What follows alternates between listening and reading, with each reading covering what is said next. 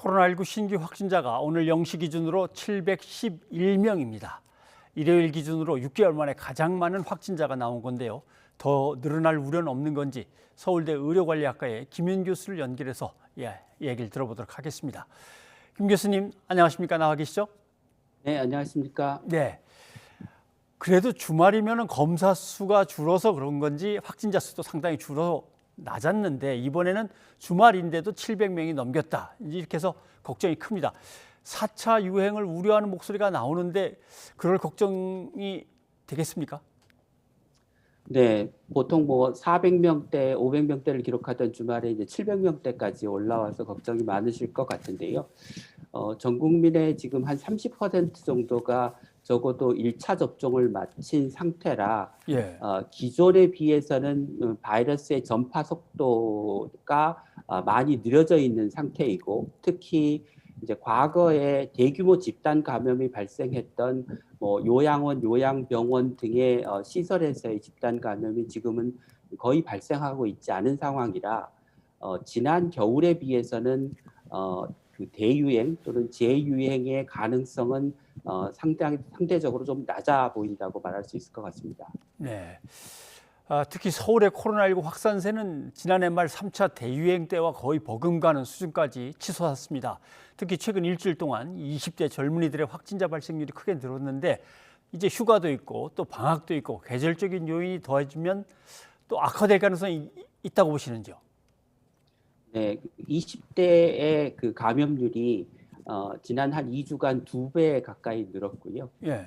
60대에 비하면 지금 거의 8배 정도로 굉장히 높은 수준인데, 이게 젊은 연령층의 활동이 많고 아직 백신 접종을 하지 않았기 때문에 생기는 일인 것 같습니다. 휴가나 방학의 요인이 이에 결합해서 이제 우려가 되는데요. 지난 여름이나 우리가 명절 때를 생각해 보면 큰 확진자 증가 추세 없이 넘겼던 점을 고려하면 국민들이 휴가를 즐기더라도 기본적인 방역 수칙만 철저하게 지키면 이게 대규모 확산으로 번지는 거는 좀 막을 수 있지 않을까 싶습니다. 네. 지금 델타 변이 바이러스가 전 세계적으로 빠르게 번지고 있습니다. 그러는 가운데 이제 해외 유입 확진자들이 계속 늘고 있는데 델타 변이 바이러스가 국내에서 크게 확산될 우려는 얼마나 될까요? 델타 변이는 지금 해외에서 들어오는 것보다 국내 지역사회 감염이 훨씬 더 규모가 큽니다. 예. 그 질병관리청이 코로나19 확진자의 한 15% 내외를 표본 추출해서 매번 변이 바이러스 여부를 조사하는데요. 이번 그 6월 기준으로 전체 그 변이 바이러스 전체 감염의 한 4.5%가 델타 변이로 조사되었습니다. 예. 그러니까 이걸 그 전체 확진자 수에 적용하면 하루에 델타 변이 바이러스가 한 30명 정도 발생하는 상황이고, 그 발생 지역도 뭐 서울, 경기와 같은 수도권 지역뿐만이 아니라 부산, 경남, 전남, 전북에서 이미 발생한 사례가 있어서 이미 전국적으로 지역사회 감염이 널리 퍼져 있다라고 얘기할 수 있을 것 같고, 델타 변이가 전체 이제 감염에서 우세종이 되는 것은 뭐 시간 문제일 거라고 생각합니다. 아마 가을쯤이 되면 이 우세종의 지위를 델타 변이가 차지하지 않을까 싶습니다. 네.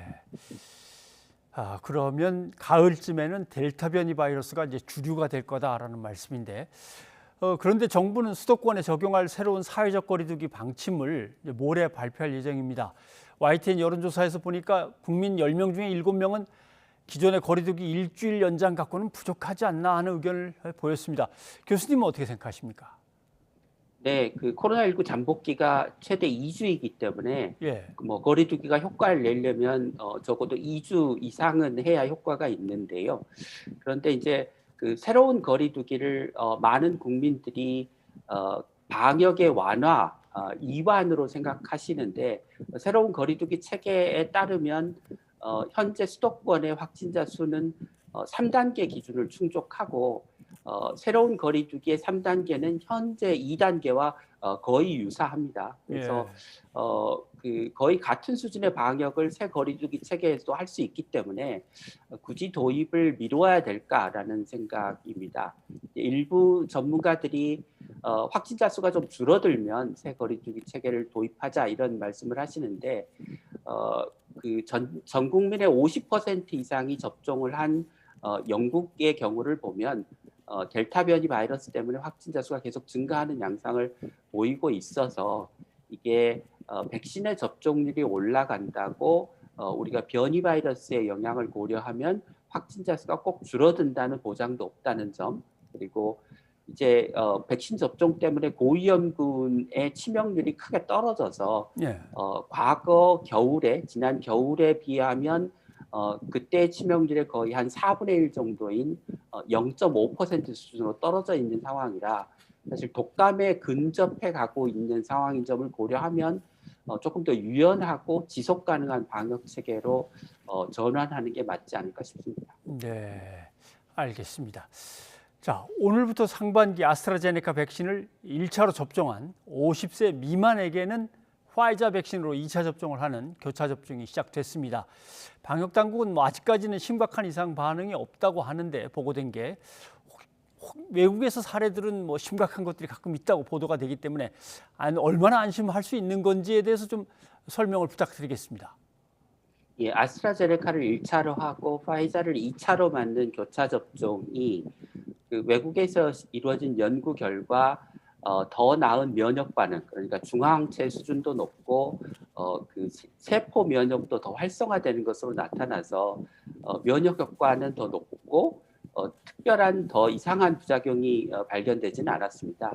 그런데 이제 문제는 이게 소규모의 연구이기 때문에 드물게 나타나는 교차 접종의 부작용이 있을 수 있다는 점은 우리가 염두에 두어야 될 것 같습니다. 그래서 아스트라제네카 백신이나 파이자 백신도 임상 시험 단계에서는 발견되지 않았던 이상 반응과 부작용들이 대규모 접종을 하니까 10만 명에 한 명, 100만 명에 한 명꼴로 나타나는 드문 부작용들이 있을 수 있어서 그런 점은 좀 염두에 두셔야 될 것 같습니다. 네, 알겠습니다. 오늘 여기까지 듣도록 하겠습니다. 김은 교수님 고맙습니다.